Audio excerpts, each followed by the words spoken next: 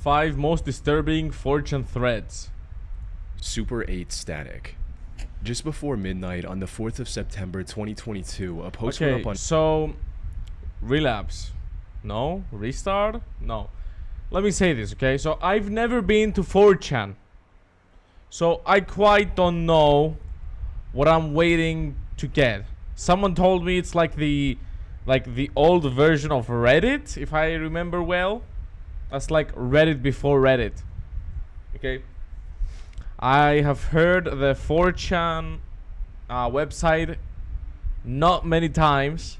So a viewer told me, hey, Broly, check out the most disturbing things that you can find in 4chan. I was like, okay, I'll search it out and react to it as right now. 4chan talking about a disturbing visual the OP's friends came across on TV. It read, "While talking with my friend, they sent a video of their TV, zooming in on a face surrounded by static. They're residing in a Super 8 hotel with channels 1 through 68, yet they found an unnamed channel 73. The top right corner of the video says Plus TV, which appears to be a now defunct Finnish broadcasting service. There's no sound, and the TV manufacturer is Samsung. They found other channels with static and no sound, but no others have the face or Plus TV logo." Alongside this, the OP also shared a video of what their friend was seeing, and sure enough, it was exactly as they described.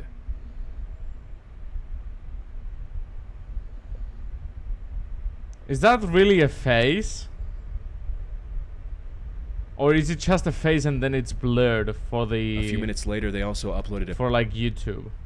...picture of the channel guide for the hotel their friend was staying at. It listed 68 channels, providing that the very existence of the 73rd channel was an anomaly in and of itself. Naturally, this thread went viral within hours, with hundreds of users trying to figure out the answer to the mystery. A mystery that only deepened further when the friend that was staying at the hotel got directly involved with the conversation.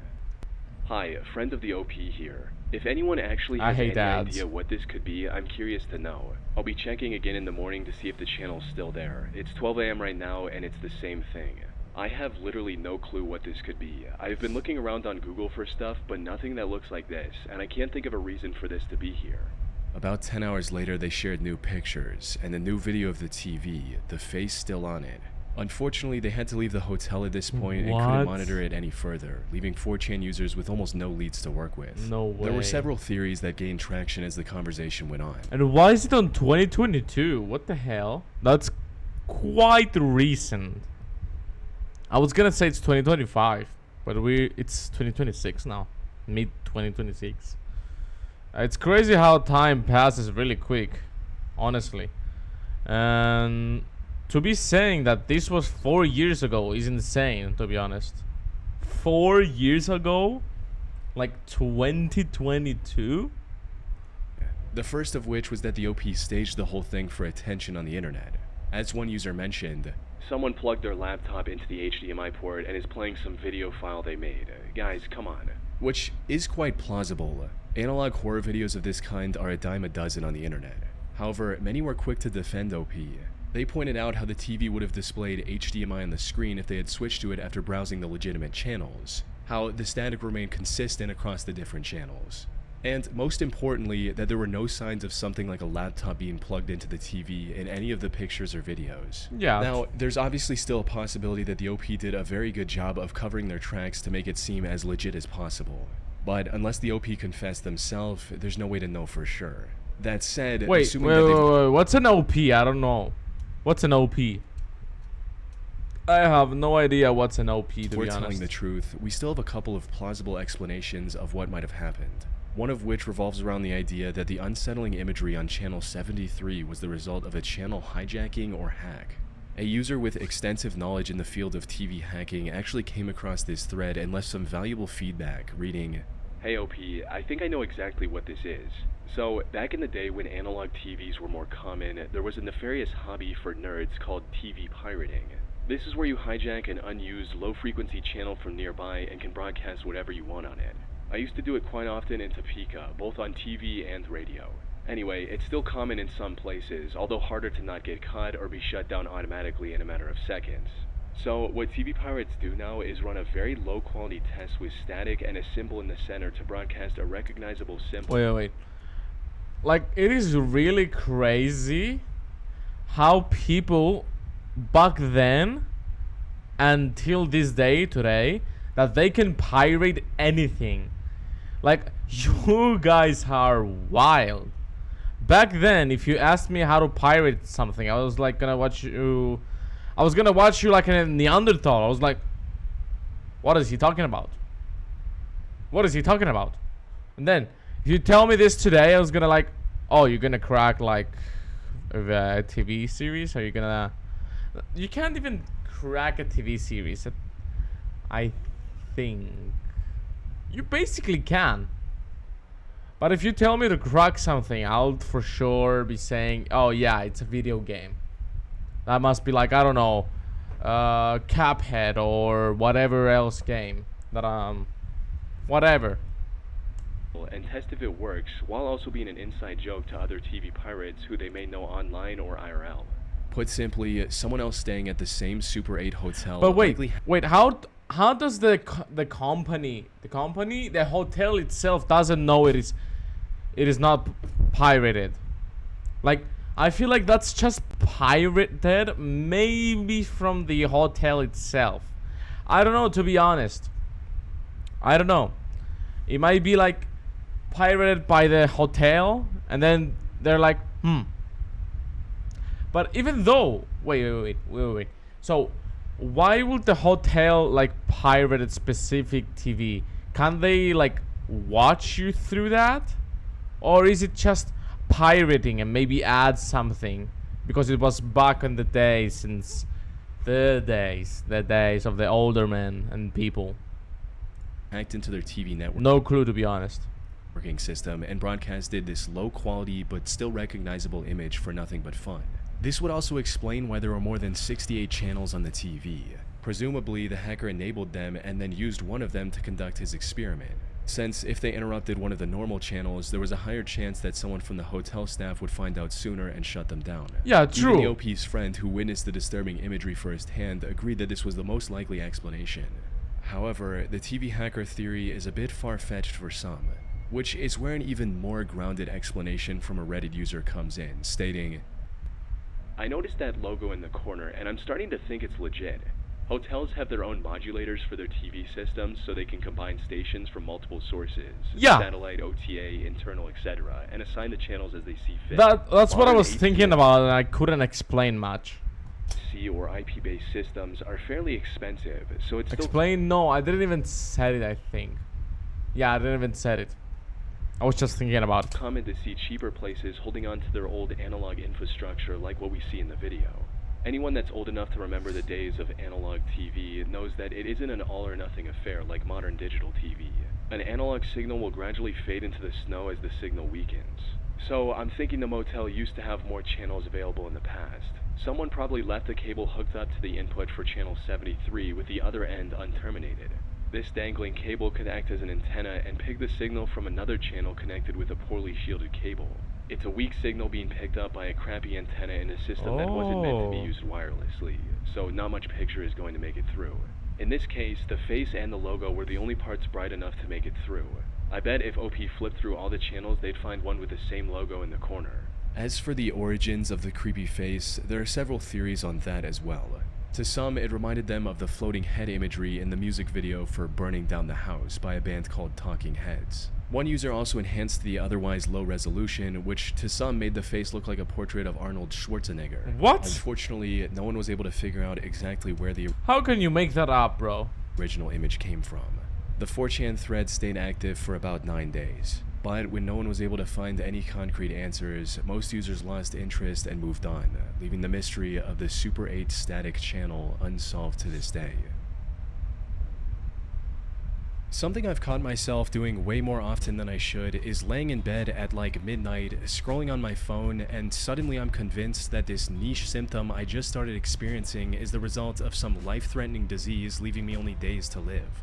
I will go down the full doom scroll spiral of forums, trusted websites, random Reddit posts, and it pretty much always leaves me more stressed than before I started, because in that moment there's nothing I can really do.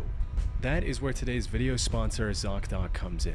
ZocDoc is a free website where you can search and compare high-quality in-network doctors, choose the right one for your needs, and click to instantly book an appointment. From mental health to dentistry, eye care, skincare, and everything in between. With ZocDoc, you can filter for doctors by insurance, location, and specialties, and see reviews by verified patients so you can choose the best, most convenient care for you and instantly book a visit with just a few clicks. Plus, ZocDoc helps you get appointments fast. I don't even live in your country, bro. 24 to 72 hours of booking, and you can even score same-day appointments. No need to call doctor's offices or wait on hold. Start getting the care you need by going to ZocDoc.com/chillingscares to find and instantly book a top. I'm not American, bro, or whatever else. Thank you so much to ZocDoc for partnering with us. Nice ad, to be honest. Christmas present. On the 20th of December 2018, a post appeared on the B or random board of 4chan with a vague statement from OP reading, "Be here in B 23/12/2018, GMT +1. You don't want to miss this." What? One user asked for more information, writing, "What am I in for?" To which the OP gave a rather ominous reply stating, "Let's just say it's my Christmas present for you." What? The OP went dark after posting this reply and didn't make any other posts until 3 days later, just as he promised. "Sorry guys, 2 beers left and I will go for it. It will ruin my life for years, so I need to get some courage." Initially, most users were either confused due to the OP's vagueness or sympathetic towards him, with one person writing, "Go for what? Don't ruin your life, bro. Do some good stuff for yourself." But after several people asking about his motives, he finally confessed that he was going to take the life of his own father. And that he was just waiting for what him the to fall hell, asleep. bro? As the OP continued to provide more details about his circumstances. Oh my god, bro, this is so sick, I swear. One of the threads shifted from users doubting him to many encouraging him to go through with his plans. "Don't give up halfway through, OP. Finish the job." One user even went as far as to write a whole guide on how the OP should execute his plan, stating, "You've got to plan it better, Anon. You'll be the prime suspect by tomorrow and be in cuffs within a week. Don't do yourself that way. If he's taken advantage of people the way you say he has, then there will be plenty of motive for many people to end him. You have a great opportunity for the police to say, well, this guy wronged so many people, it could be anyone. We have 126 prime suspects at the moment. Spend 2 months doing nothing but researching unsolved murders, then smash and burn your hard drive and throw it in a lake 100 miles away. Have an alibi. Be away. Have your story straightforward and never change it. Be prepared to be questioned, then get on with it." Maybe some of them still believed that the OP was just making up everything for attention. However, things took a very dark turn about an hour after the beginning of this thread, when the OP posted a picture of what looked like the entrance to a bedroom with the caption simply reading, "Wish me luck." About 30 minutes after that, the OP returned with one final picture, proving that he went through with his plan. Stating, No. Not long after that, the police in Austrad, Norway received a call from the OP confessing to No, this crime. bro, no. Though, because of Norway's strong privacy laws, the only information about the OP that became public was that he was in his 20s. Apart from that, the OP of this disturbing 4chan thread remains anonymous to this day. Grand Rapids Diner. On the 20th of August 2019, an anonymous person started a thread discussing some extremely unsettling activity he noticed at an abandoned building near his home. However, what sounded like nothing more than a conspiracy creepypasta turned into a disturbing mystery involving shady shell companies, mysterious sightings, and the potential disappearance of 3 people who went looking for more evidence. The post read, "You X-Files want to solve a real conspiracy? 1634 Coit, Grand Rapids, Michigan was once a popular restaurant called Isaac's that opened shop in the mid-1990s. After the owner Isaac died from lung cancer, his widow and son kept it running for a few years. Rest in peace to the guy. Before ultimately closing down and selling the building in the early parts of 2014. A strange couple in their 40s purchased it shortly thereafter with the intention of turning it into a coffee shop. They painted the exterior, put a lamp in the middle of the building, taped garbage bags over the windows, and that's how it sat until present day.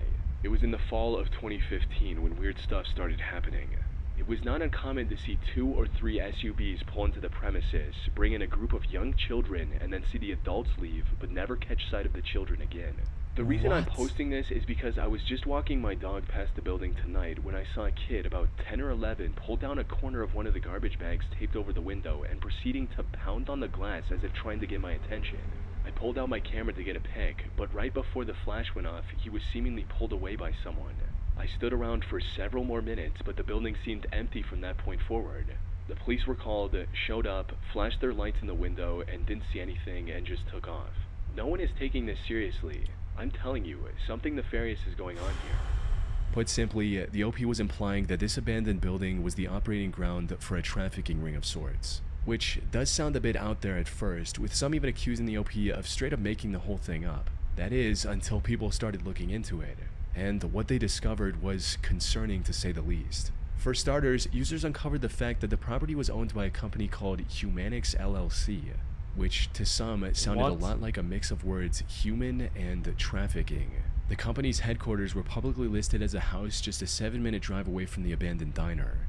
And visiting the place on Google Street View from 2019 shows an SUV and a van parked outside, just like the OP claimed in his post. At one point, the Street View car also captured a handful of children in the house's yard, which some used as evidence of something shady going on.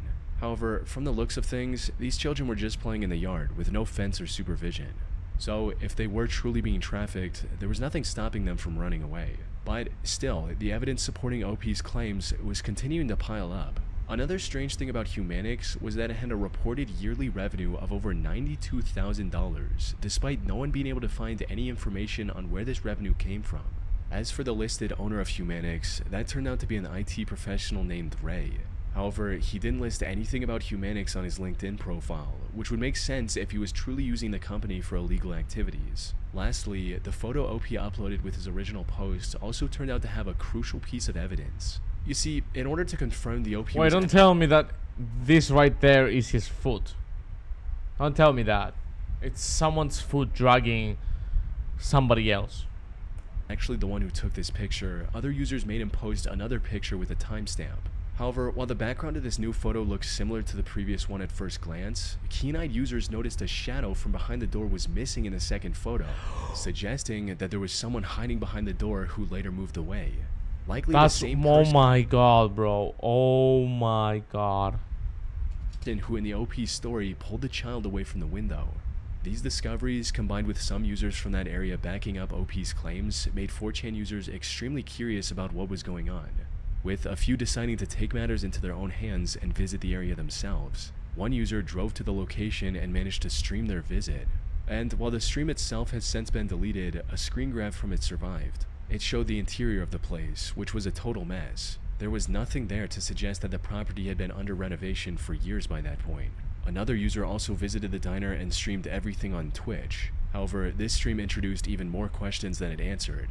For starters, at one point during the stream, we could clearly see handprints on the window, exactly where the OP claimed the child was banging earlier. The person streaming this location also ended the stream in a very disturbing fashion, where he heard something in the darkness, went to check on it, and then went offline. Oh, hell no. No! Is that a guy there? Is that a guy right there? Nah. Okay, Nah. something back here. Please don't tell me he's not screaming and whatever else. Please don't tell me he's not gonna end the stream like screaming. Oh my god.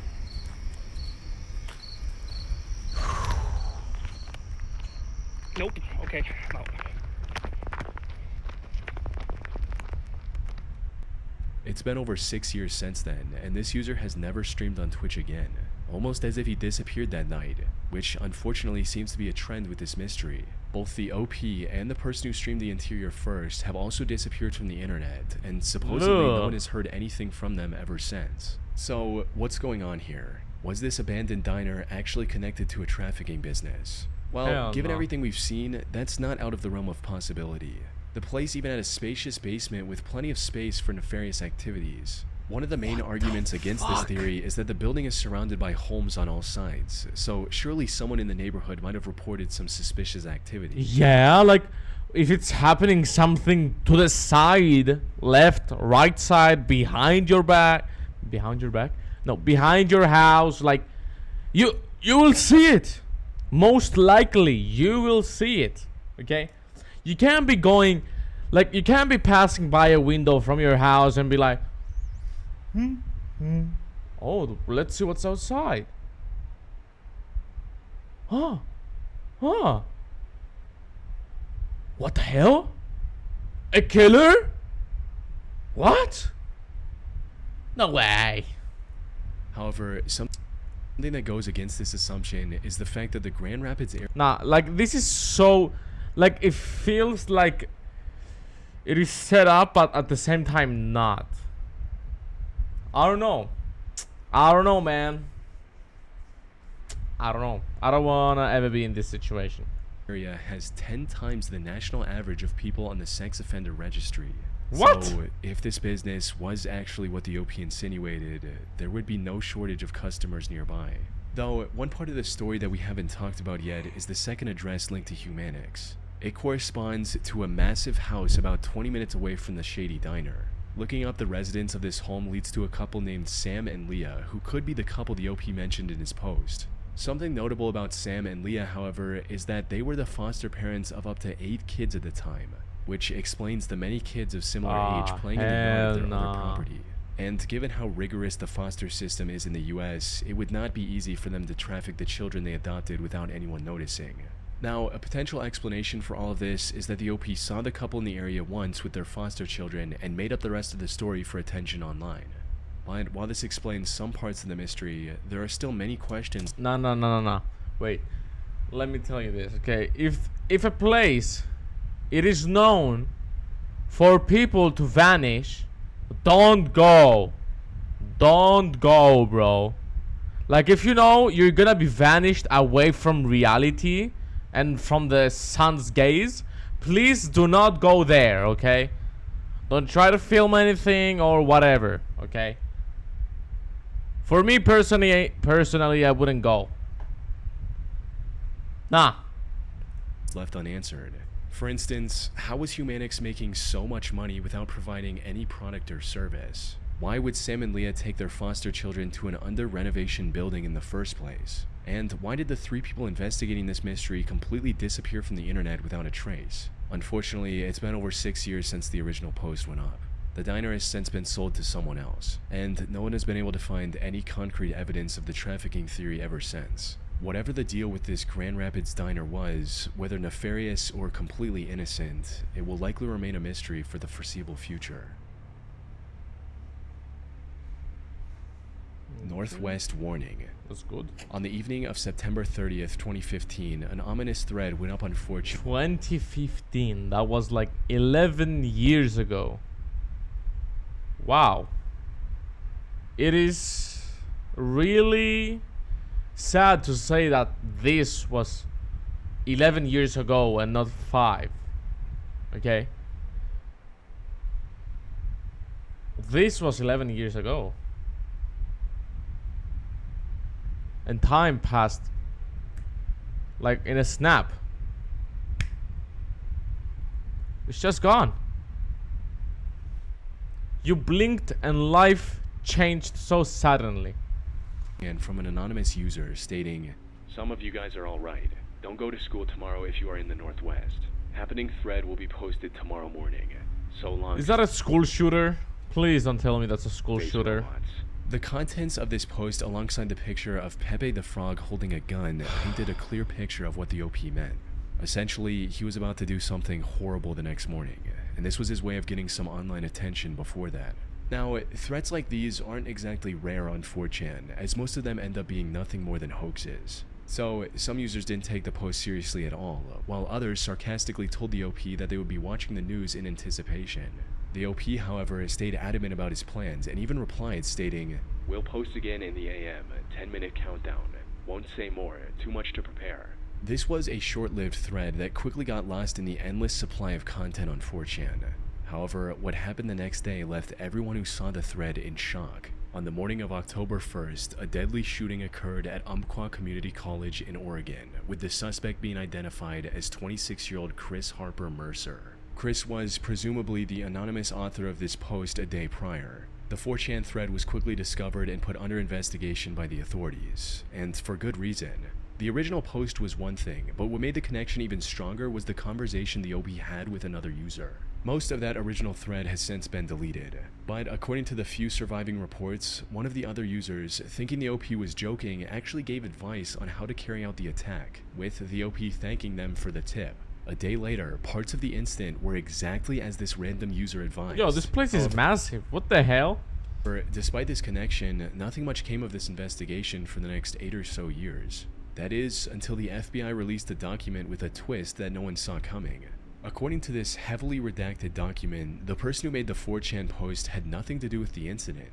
The FBI managed to track down the anonymous poster in less than 24 hours and conducted a thorough investigation into his life. The OP, let's call him John, was actually a young man from Florida who originally grew up in Michigan.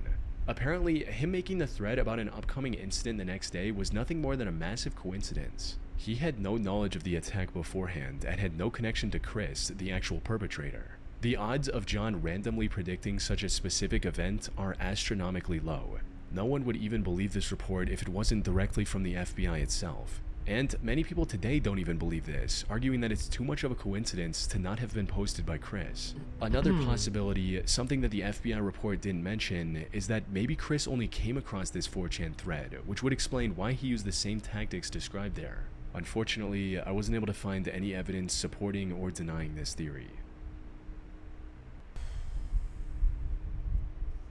Dubs decides. On August 30th, 2015, a user posted a timestamped picture of the big toe of their right foot on the random board of 4chan alongside the caption, "Dubs decides what I do." Dubs, for those who don't know, refers to the last 2 digits of a post number being the same. You see, every post on 4chan is given a random identifying number, and there's no way to predict what it's going to be. So, the chances of the last 2 digits of this number being the same are quite low, but still within the realm of possibility. In other words, OP claimed that he would do whatever a reply with the matching last 2 digits said. This is a tactic often used by people who just want attention, without having to actually do the crazy thing they promised, hoping none of the replies are dubs. Even when a reply does get dubs, the posters rarely fulfill their promise. However, the OP of this particular post was of a completely different mindset, as when a reply without even dubs told him to chop off the toe, he obliged and posted a picture of his toe tightly wrapped with the caption reading, "Cutting off circulation, may take some time." A few minutes later, he posted a second photo of his foot on the edge of a bathtub with a hatchet and a bucket of ice in the picture as well. No. Even with all this buildup, however, no one actually expected the OP to go through with this commitment. No. But then, about 40 minutes later, the OP returned with a picture of his toe severed to the bone and covered in blood. Oh With this, my the thread God. divulged into a string of typical 4chan-style reaction images from the community. As for the OP, he completely disappeared from the thread and didn't post any further updates. Now, it's possible he used the bucket of ice to preserve the severed part to hopefully get it reattached at the hospital. But even then, promising something this horrific and actually going through with it hinted at the possibility of the OP being deeply mentally ill. That's one of the only explanations for why anyone would willingly do such a thing. Now, I have seen some claims that the final image was a convincing Photoshop job or special effects. However, while I can't show the image on YouTube, the injury... Thank you that you cannot show it, okay? I will be disgusted fully, okay? I don't want to see the shit. And so does YouTube. Blood is way too realistic looking to be fake, especially for 2015 standards.